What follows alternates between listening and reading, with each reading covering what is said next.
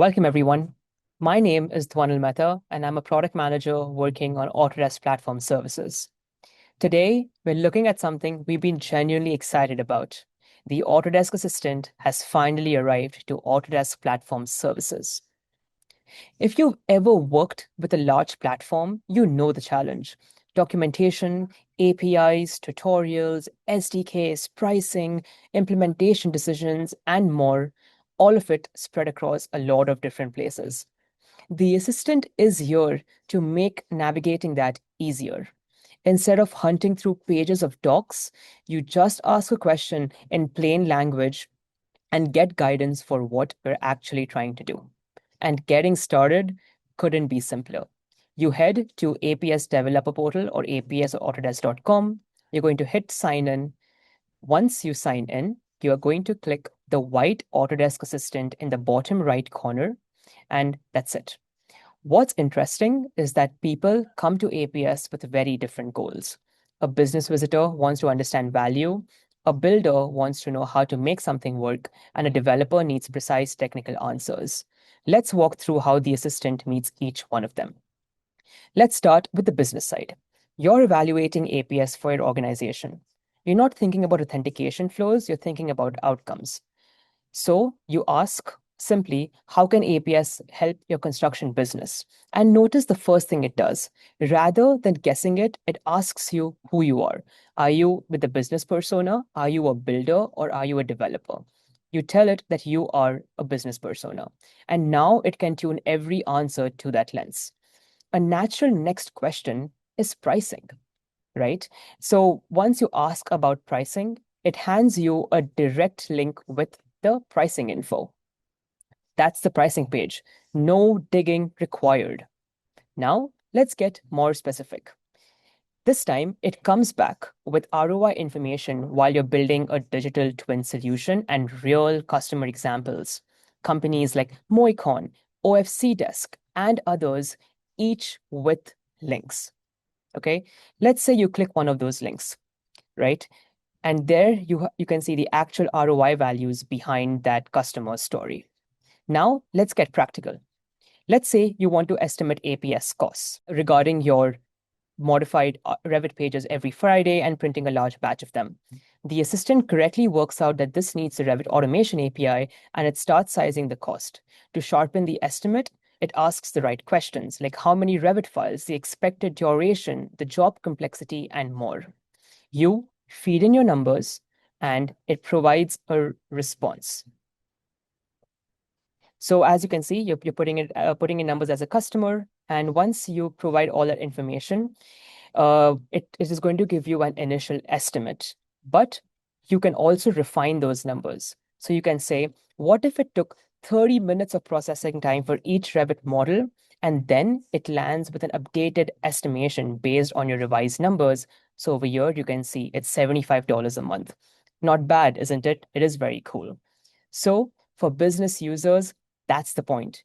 Less about the technology, more about what's possible and what it will actually cost. I will now hand it over to Michael Beale. Hey, thanks, Dwanil.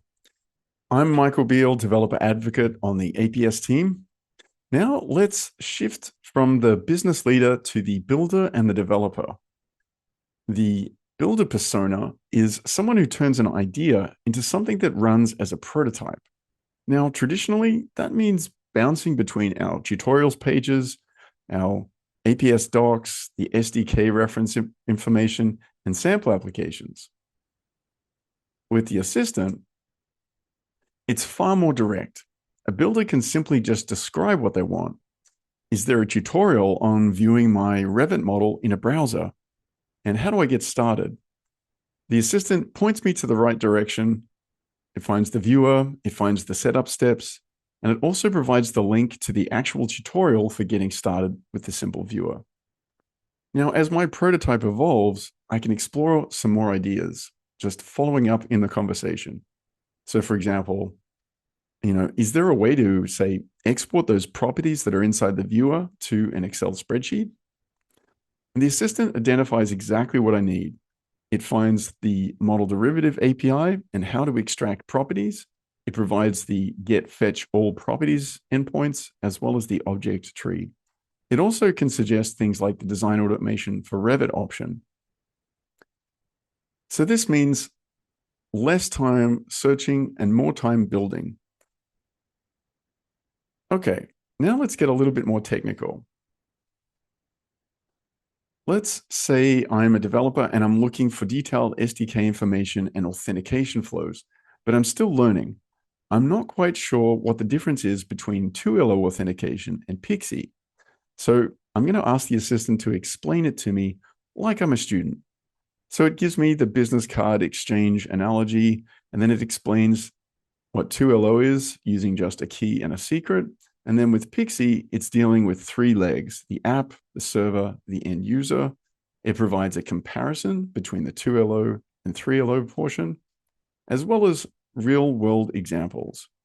How I can do automation from server to server in a factory setting, or if I'm building a mobile application where I need a login box. All right. Let's get a little bit more complex now. Help me use APS to find the properties that changed between two versions of a Revit model on ACC. The assistant quickly searches across a lot of different documentation to narrow it down to two approaches. Using the Model Properties API, it provides the get diff approach and the three methods, the three events that I'm going to look for, as well as the second approach, the AEC data model with the GraphQL that I'm going to need to run. It finds the property change types, the add, modification, and renewal, as well as the links back to the APS portal where I can reference it later when I need to. All right, what about manufacturing? How do I extract the bill of materials from the manufacturing data model using GraphQL? The assistant also finds all the information I need. It provides the two possible ways: basic BOM extraction and multi-level BOM, and also the flat parts only option. It provides links to the original place to find things. All right, finally, let's do something even trickier. Let's use automation for Revit. What's the best way to run my Revit plugin from my desktop on the APS cloud? It quickly identifies design automation for Revit or automation API, and it also tells me, it also shows me where the link is to go through the walkthrough. Now, it's also mentioning that I'm going to need to modify my Revit DLL slightly. I'll need to make it headless, but what does that mean exactly?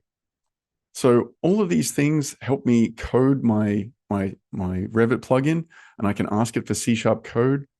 If I want to take the C# code out of Autodesk Assistant and into my IDE, APS team have put together the APS skills folder, which you can find more details about. So that's the new assistant. Less time searching for developers and more time building. Thanks very much. Thanks, Michael. That is so cool, and I'm so excited that it's able to assist the builder and developer personas this way. So, what does this all add up to? The Autodesk Assistant is designed to make APS easier to explore, easier to learn, and easier to build on. Whether you're weighing a business opportunity, designing a solution, estimating usage, or wiring up advanced API workflows in today's AI-driven world, it acts as a guide across the whole journey. A simpler, more conversational way to work with Autodesk Platform Services and to get from a question to an outcome with a lot less friction. And as it's mentioned over here, this is just the beginning. We're excited about what this means for the future of developer experiences at Autodesk. Thanks for joining us, and thanks for watching.